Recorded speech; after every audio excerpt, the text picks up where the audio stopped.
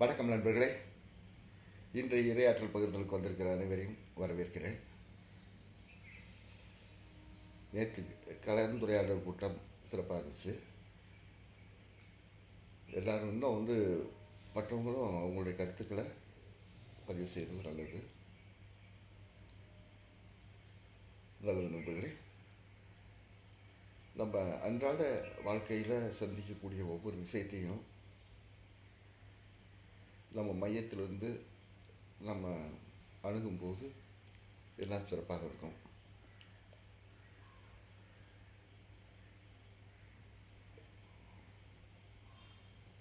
இங்கே நம்ம அறிவை பயன்படுத்தி செய்ய வேண்டியது எதுவும் கிடையாது.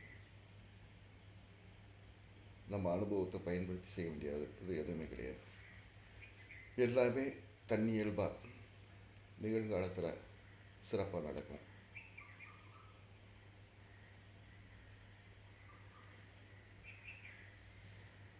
நமக்குள்ளே இருக்கிற இரையாற்றல் எல்லா பதிவுகளையும் வைத்திருக்கும். இறை பேராற்றல் எல்லா பதிவுகளும் அதுகிட்ட இருக்கும். அதனால் நம்ம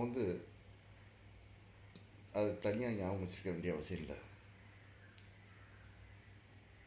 நாம் மனதில் வச்சுருக்கக்கூடிய கடந்த காலம் எல்லாமே சார்புடையாக தான் இருக்கும். அந்த நேரத்தில் நம்ம இருக்கக்கூடிய எதை சார்ந்திருக்கோமோ அதை சார்ந்த அந்த கடந்த காலம் இருக்கும். அதிலிருந்து நமக்கு கிடைக்கக்கூடிய இன்ஃபர்மேஷன் அந்த நிகழ்காலத்தை வெற்றி கொள்வதாக இருக்காது. காரணம் என்னென்னா, நம்ம ஏதாவது ஒன்று சார்ந்திருப்போம். நிகழ்காலம் எதையும் சாராது. அதனால் அதை நம்ம வெற்றி கொள்ள முடியாது. கடந்த கால பதிவுகளையும் தயார் நிலையும் வைத்து எதையும் வெற்றி கொள்ள முடியாது.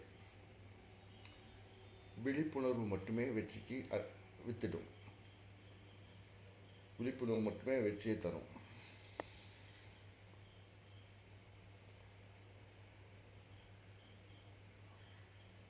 தயார் நிலைங்கிறது நம்ம இறுகி போன ஒரு நிலையில் இருக்கோம் அப்படின்னு அர்த்தம். அது தேவையில்லாது. எந்த விதமான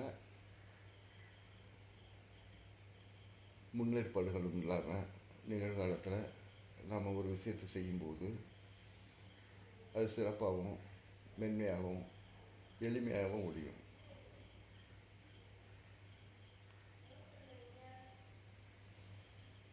அதனால் நம்ம சில விஷயங்களை பழகணும், அவ்வளோதான். நம்ம உணர்வுகளில் நம்மளுடைய இயல்பான மெல்லிய நன்மை தரக்கூடிய உணர்வுகள்லேருந்து ஒவ்வொன்றையும் செஞ்சு பழகணும்.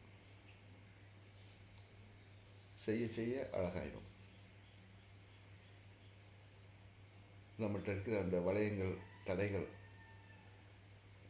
அதெல்லாம் நம்மளை விட்டு கலண்டு போகும்போது இயல்பாக நம்ம நீரோட்டத்தில் நிகழ்காலத்தில் இணைஞ்சிருவோம்.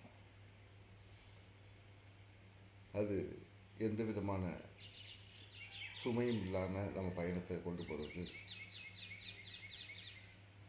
உதவியாக இருக்கும். சுமைகளற்ற பயணம், கொண்டாட்டமான பயணம், மகிழ்ச்சியான பயணம். இந்த வாழ்க்கை அந்த மாதிரி இருக்கணும். நாம தான் பழகணும். நம்மளை சுற்றி இருக்கவங்களுக்கும் நம்மளுடைய வாரிசுகளுக்கும் அதை மென்மையாக சொல்ல வேண்டியிருக்கு.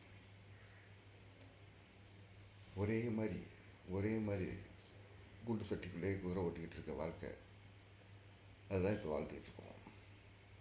என்னமோ இதை விட்டால் வேறு வழியே இல்லை அப்படிங்கிற மாதிரி நம்மளை ஒரு நம்பிக்கையை இந்த கல்வி முறையும் இதில் பலன் பெற்று கொண்டிருக்கிற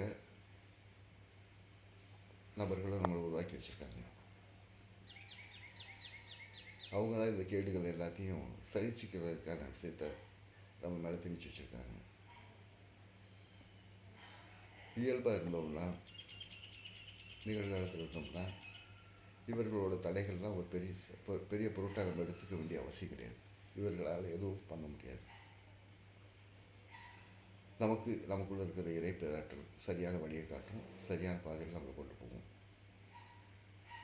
பொறுமையாக, தைரியமாக, தூய்மையாக, உறுதியாக அது முழுமையை நோக்கி நம்ம பயணம் செஞ்சோம்னா நம்மளுடைய பயணம் மிக சிறப்பாக இருக்கும். நல்லது நண்பர்களே, இன்றைய ஆற்றல் பகிர்தலுக்கு அந்நியமாகுங்க, இயல்பாருங்க. வாங்கிக்கிற கொடுக்குற மனநிலையில் உடலும் மனம் இருக்கட்டும். துவங்கலாம்.